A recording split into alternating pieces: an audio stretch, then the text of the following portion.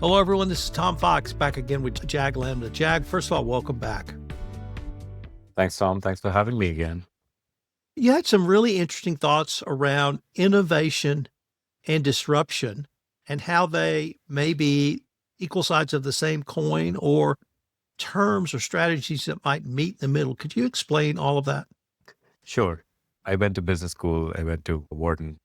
And in business schools, what is taught is the theory of disruption. It's mainly a theory by a professor at the Harvard Business School by the name of Clayton Christensen.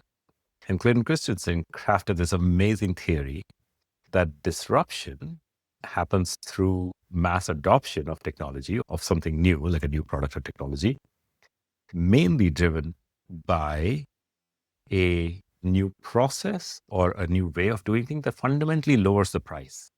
Basically, fundamentally lowers the price, and suddenly it just gets mass adopted, and it can open up new markets, etc. Okay.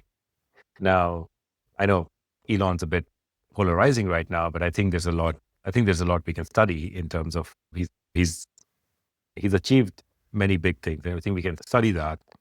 And Elon's opinion, which I agree with, is that innovation happens from top down. So innovation is not the result of reducing the price. It's actually focusing on solving the problem in a new way for someone who's willing to really invest the money. So it actually happens top down.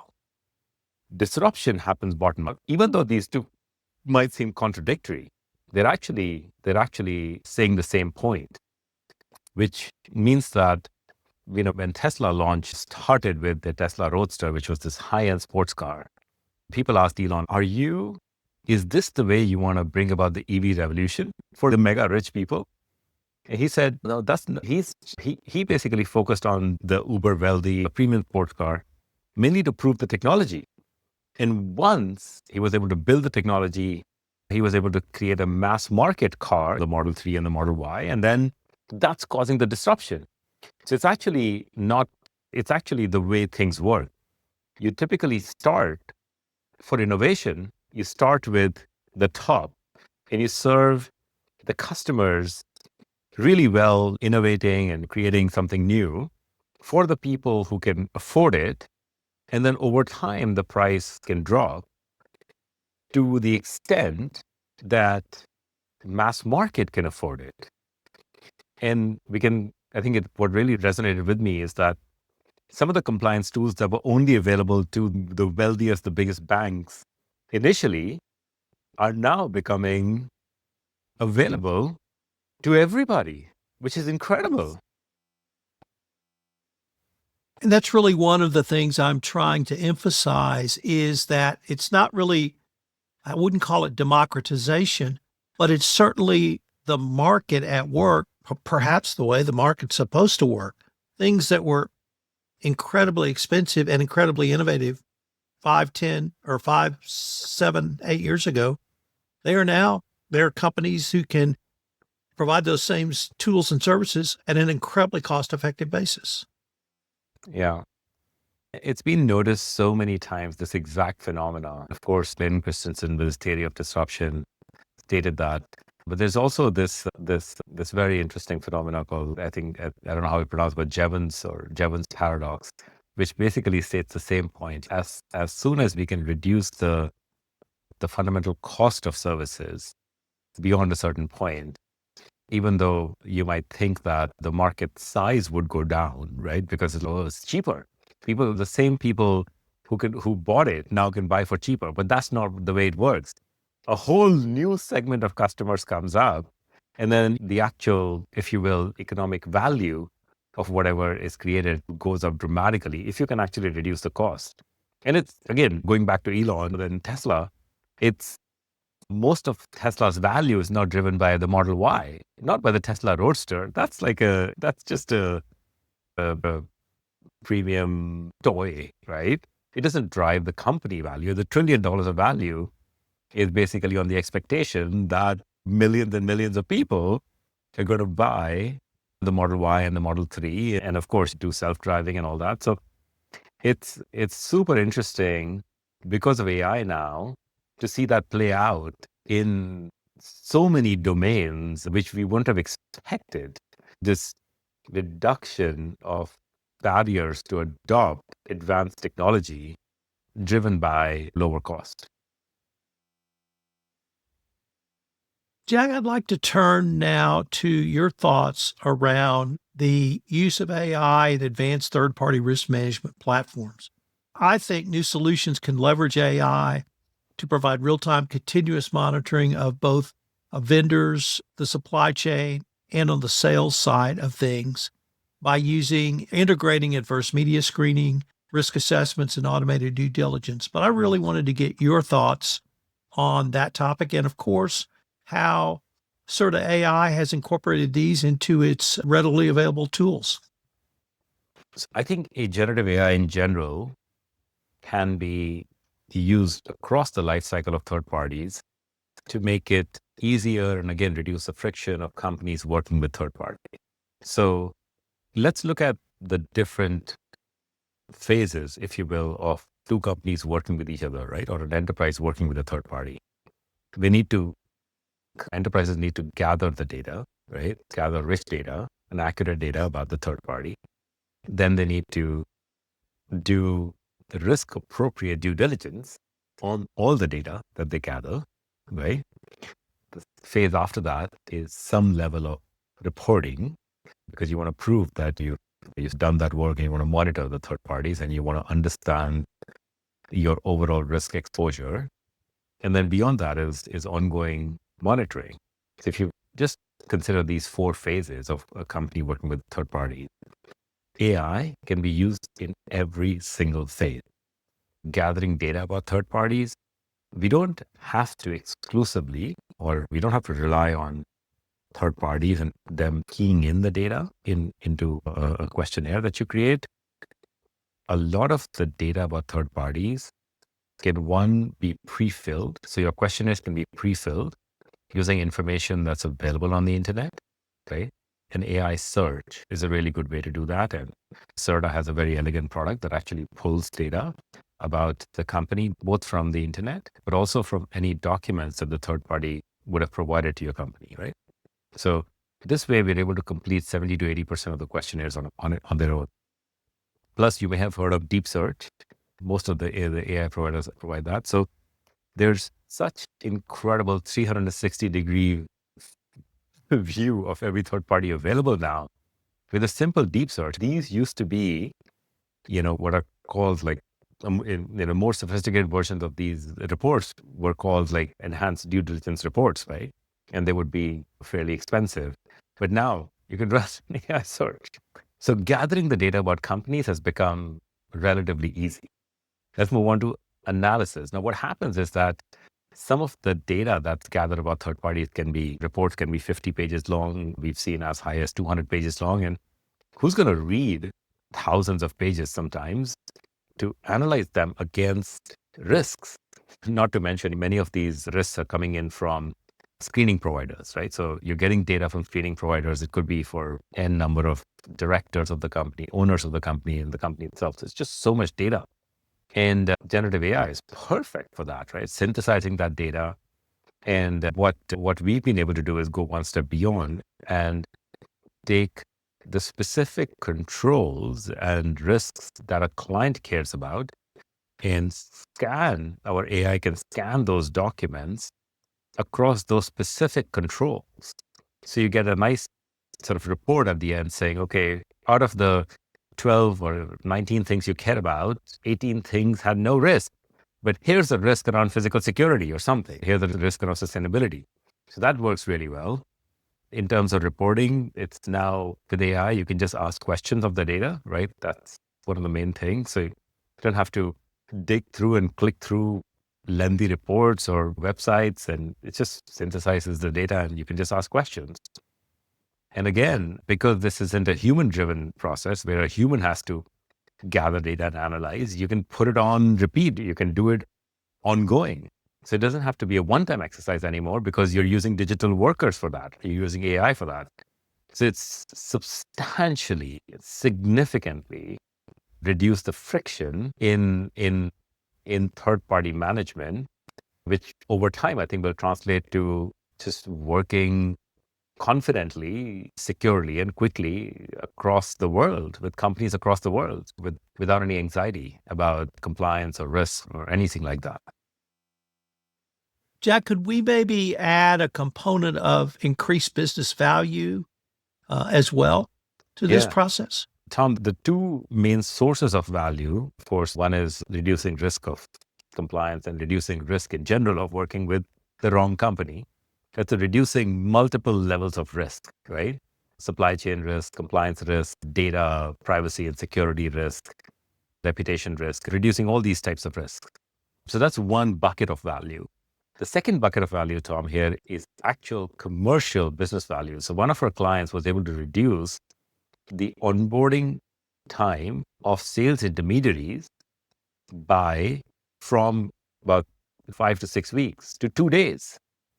And the amount of additional revenue you can get if you're able to get additional 6 weeks of productivity a year from new third parties is, translated for the client into hundreds of millions of dollars. It was incredible ROI and commercial ROI on the product, which we were very happy to see.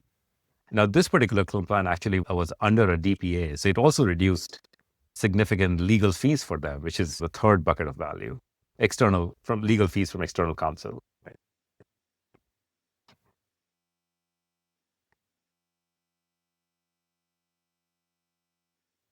The use of a tool such as this, is this something that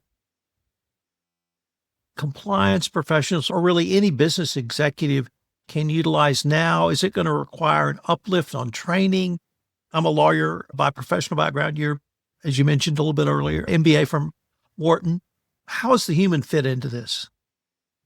Yeah, I think that may be the most challenging part of this today, which is also becoming easier now.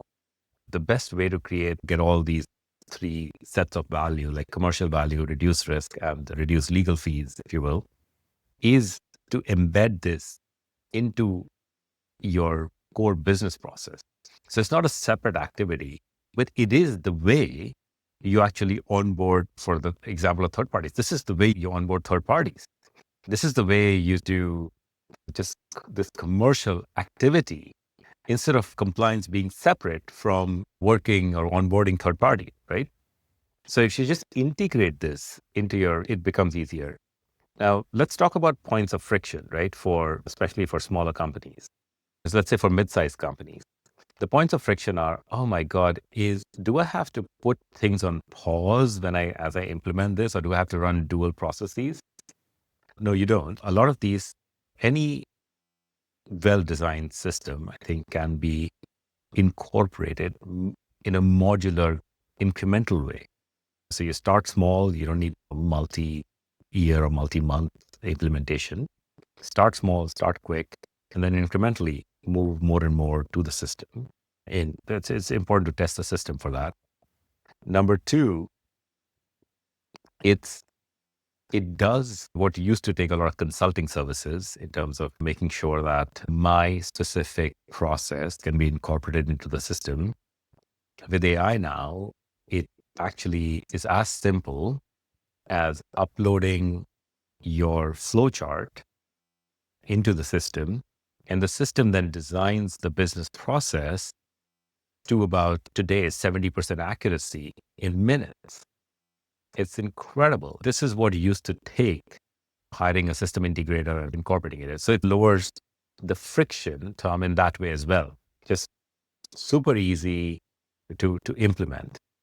And finally, a lot of the additional manual steps that were needed in the process, which is, let's say, something as simple as following up with the third party or doing the risk assessment, et cetera, all these services are now, because of generative AI, being included in the product itself.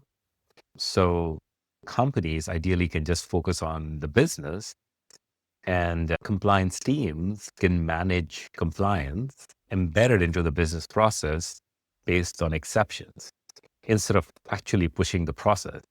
So that's the dream that we've been chasing for a while. And it's just so nice to see that come true in parts and pieces today, not holistically yet, in some certain organizations. And it's just a delight to see that those wonderful aspects of extreme automation and management by exception coming true. For those listening to this podcast in the audio format, I wish you could see the beaming smile on Jag's face when he just said those last words, because it struck me that it's a goal he has had for quite some time, and he's been able to put together disparate parts, he and others have been able to put together, working with clients, working with customers, and to deliver, to literally make the future now. Kudos, Jag. Let's move to RegTech for automated compliance, because I know you have some thoughts about regulatory technology to help automate compliance reporting, policy management, and regulatory updates, and how natural language processing tools can help a compliance officer and a company perform such a task. Yeah, this is really another area where tactically what compliance teams should be able to do very soon. And this is still in some parts of it are still in like beta and alpha phases in terms of product development. But what the goal is that a compliance team can specify that these are the 3 regulations that they care about. And the system then does the first pass at incorporating those elements of those regulations into your business process. That's a lot, right? So what we and I'm sure some others are trying to accomplish is AI agents will do something similar to a deep search on highly reputed sites about a compliance instantly. And then basically the next AI agent, this is what is called agentic workflow, right? The next AI agent will look at the insights from that search and then basically figure out, okay, how does that translate to an operational workflow? And the next agent will then look at how does that translate to your specific company's workflow. So your company's workflow, and then suggest changes. And of course, compliance teams can go in and change any part of it, right, at any step. And it's a confirmation step. But this is, this, when you look at it, this feels like magic. I'm like, how is it happening? But there's complete citations and references on any decision that the AI agents take. And then there's complete rollback and editability for compliance teams. So it's very interesting to move one step closer to automated compliance. So this was basically around incorporating new regulations or regulatory updates about existing regulations into your workflow. And I think the dream is, and this is probably a year or two away, is to do that in a completely automated manner. So this is one part of it. So did you have a comment here, Tom, before I talk about some of the other stuff? So I was just going to say, we're recording this obviously in March of 2025. And if there's a need for some system to give you regulatory updates literally on a daily basis, I can't think of a more prescient time than now. And that's simply because of the United States leading the way with many regulatory changes, other countries responding either in kind or in different directions. But the whole world seems to be in this regulatory change and update. And it is something that compliance professionals across many different verticals are struggling with. I think it may even become more important as we move forward. Yeah. I have, I think, a lot of empathy for many of my clients who are dealing with this. But I've seen a lot of, I'm thinking of a particular client, like I've seen a lot of clarity from them. Okay, here's what we're going to do. This is what we're going to do. We're not going to worry about those things. For example, the whole sort of suspension of enforcement of FCPA, right? Most compliance teams have taken a stand, not most, every single compliance team I've spoken to has taken a stand that we're not going to deviate from our current process because of many reasons, right? In fact, they're not I've not heard of one client reducing investment in FCPA because of that. So anyway, compliance teams are dealing with a lot of changes and trying to figure out which ones to incorporate and which ones not, right? Now, on the other sort of automation, which is compliance reporting, policy management, et cetera, reporting is in two forms, right? One is just seeing data-driven reporting, so charts and stuff. And the other is reporting that you see in PDFs. And the data-driven charts, they've always been possible. They've become easier with generative AI. But the PDF writing those reports has been a challenge, right? You've always had to put human capital towards that. And now the whole notion of generative AI, which is it can generate content.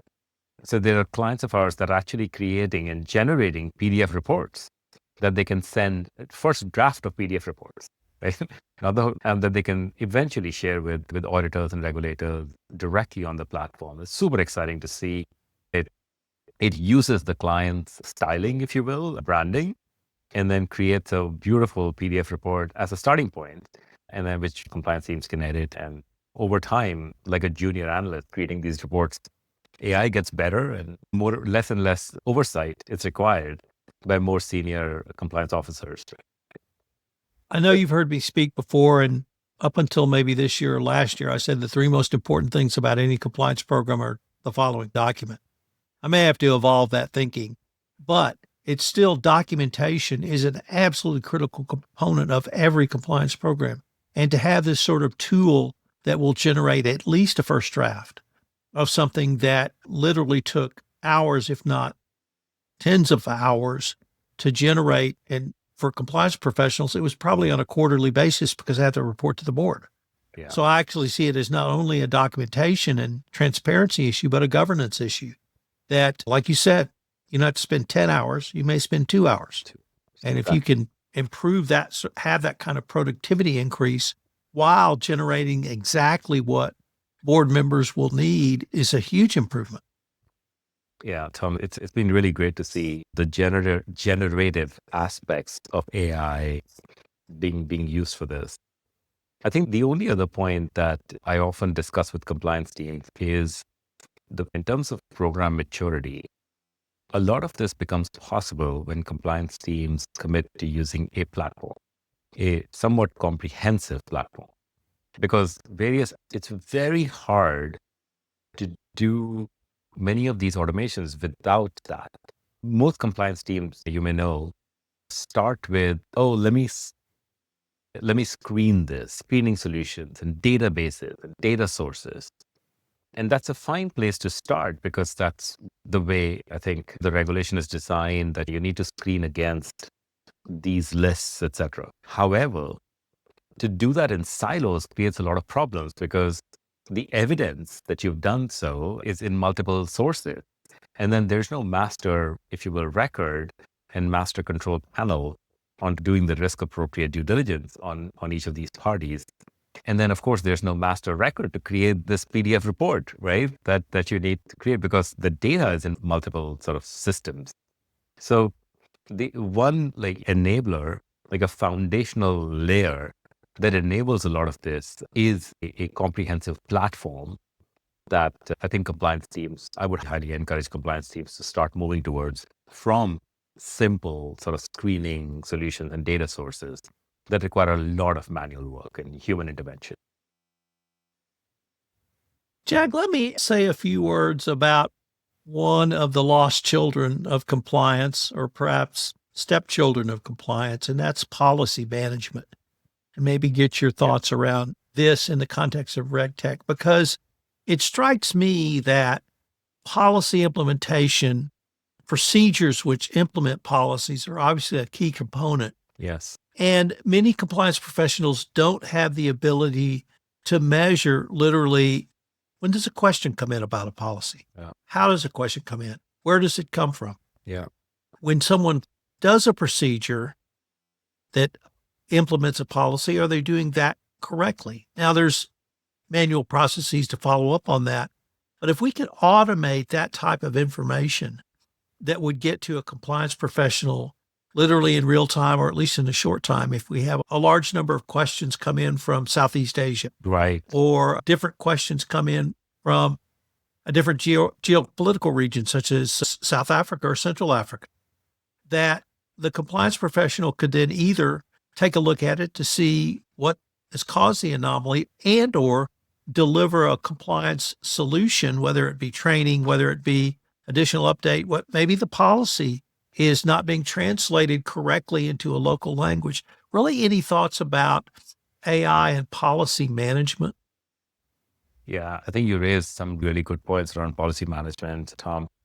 So one is incorporating some of that feedback and questions, if you will, which we can treat as feedback into the policy to improve the policy.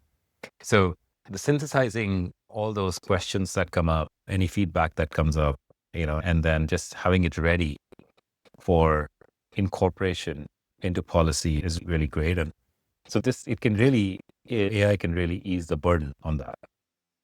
So synthesizing, okay, what's happened in the last, 3 months, 6 months, right? What questions have we received? What inquiries have we received, etc.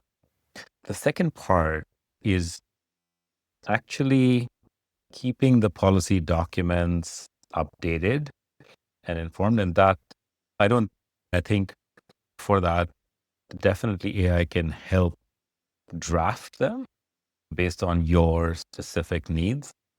But it's something that hopefully everybody is doing already, right? This is maybe the most basic use of AI, which is maybe the initial draft of policy based on very specific guidelines. I think the final part of this puzzle, Tom, is having those policy updates automatically update compliance embedded in business processes, right? Because you update a policy document, you know that, some of your processes are now out of date with the new policy. And I think getting visibility into that and potentially some suggestions on, we recommend that you change these questions or change this training or change this screening or increase the screening. The AI recommending and finding these anomalies would be incredibly powerful. And I would argue over the next 3 to 5 years, somewhat table stakes, just because of the sort of the dynamic regulatory environment that we live in. It's not expected to change, right? Anytime soon. Jag, let me turn to what some people have called the holy grail of the use or for compliance, which is to embed compliance directly into the business process. You have talked passionately about the business value of compliance, but I want to see if we can explore taking compliance to where we literally embed it directly in operational business processes. So as you've said a little bit earlier, you're not going to compliance to have compliance do the compliance thing. You're going to the business to have the business do a business operational service. Yeah. I think this is where adoption becomes much easier. Very early in my journey, one of my clients was explaining the rationale for using Certa internally. And I still remember his comments. If you don't have adoption, you don't have a program. What are you talking about? Adopt. So I think this is key to adoption, which basically makes, of course, compliance programs much more key to effectiveness of compliance programs, right? And the best way to do that is to embed it in the business process. So let's say the business process involves working with a new company, which is a domain that I'm very familiar with, and creating a new engagement or creating a new contract. And the policy automatically guiding the business user on, what needs to happen, right? So it's basically, if in that workflow, all aspects of your compliance policy and controls were embedded in that, it would make things so much easier. And of course, we can always create exceptions and approvals for exceptions. But then it's not compliance teams reviewing everything. It's compliance teams managing by exceptions, right? And then those exceptions can then go into policy and refine things further. So it's something that I do think is the holy grail. This is how clients are and companies are able to reduce time to work with third parties or time to complete business functions such as that from 5 to 6 weeks to 2 days, right? It's by embedding compliance into a process. If I can tell you a quick story. Sure. So it reminds me of two quick stories. One, when the head of compliance that I was working with at one of my clients, when he was able to reduce onboarding time of sales intermediaries from, I think, 6 weeks to 2 days, the head of sales said that I'm going to nominate you for the salesman of the year. This is the head of compliance. He was like, you've helped sales so much this year that I'm going to make you salesman of the year. It's incredible, right? For someone in a function such as compliance to hear that. And so I've heard of stories like this, and I think I think those are the things that make this job memorable and make this job enriching. So in terms of the embedding compliance directly into the business operations, I see compliance evolving to managing risk. And I see the formula or framework that we use in compliance as a risk management process of risk identification, risk analysis, risk management strategy based on your analysis, training employees on that strategy, implementation, monitoring, and then continuous improvement as a framework that would work literally for any risk. And that if we can embed that into any business process so that companies can pivot if risks change, they can be prepared for risks down the road, and they can have, let's maybe tie it back to what you started with, was less friction. I was wondering if you might end with some thoughts on really this, how do we put this package together, Jag, and how do we help compliance officers understand that it's a evolution to risk, and perhaps we don't need to think about anti-corruption compliance risk or export control compliance risk or weather compliance or weather risk or whatever the risk may be. And we just start to think about and talk about and manage risks. Yeah. How can we even talk about managing risk without compliance? And isn't compliance one of the main risks that enterprises deal with? And a big part of managing risk is pretty similar to managing compliance. They're sometimes similar in process, but I think it's very often they're similar in content as well. A bad actor is likely going to cause supply chain problems down the road. It's not just a compliance problem, then it's a business problem with disrupted supply chains. Okay, it in so many ways, Tom, these are intertwined. It is a way to embedding compliance. Using automation is a way to reduce a company's risk overall. It's a way to reduce the costs for the company, not increase. And done right, it is actually a way to additional commercial value by speeding up the business. It's some of these old manual processes actually slow a business down. It's in the age of AI, in the age of automation, we should be doing everything possible to increase the velocity of our business while, of course, keeping it safe and reducing risks. Jag, that seems like a great place for us to end this episode. Thank you so much. Thanks so much, Tom. It's always so great to talk to you. Compliance Podcast Network. Start your mornings with daily compliance news, quick, sharp updates on the top compliance and ethics stories in under 5 minutes every morning in Compliance Podcast Network. Because compliance never sleeps. Need practical advice fast? Check out Compliance Tip of the Day. One actionable idea to level up your program. Short and sweet, every day on Compliance Podcast Network. Got 10 minutes? We've got the week's top 10 stories. 10 for 10 brings you the big compliance headlines. Fast, fun, and focused. Every Saturday on Compliance Podcast Network. And don't miss the Sunday Book Review, where compliance meets culture through must-read books and big ideas every Sunday in Compliance Podcast Network. Whether you're in the office, on a walk, or commuting, stay smart, stay ethical, stay tuned. Only on the Compliance Podcast Network. Available wherever you listen to podcasts.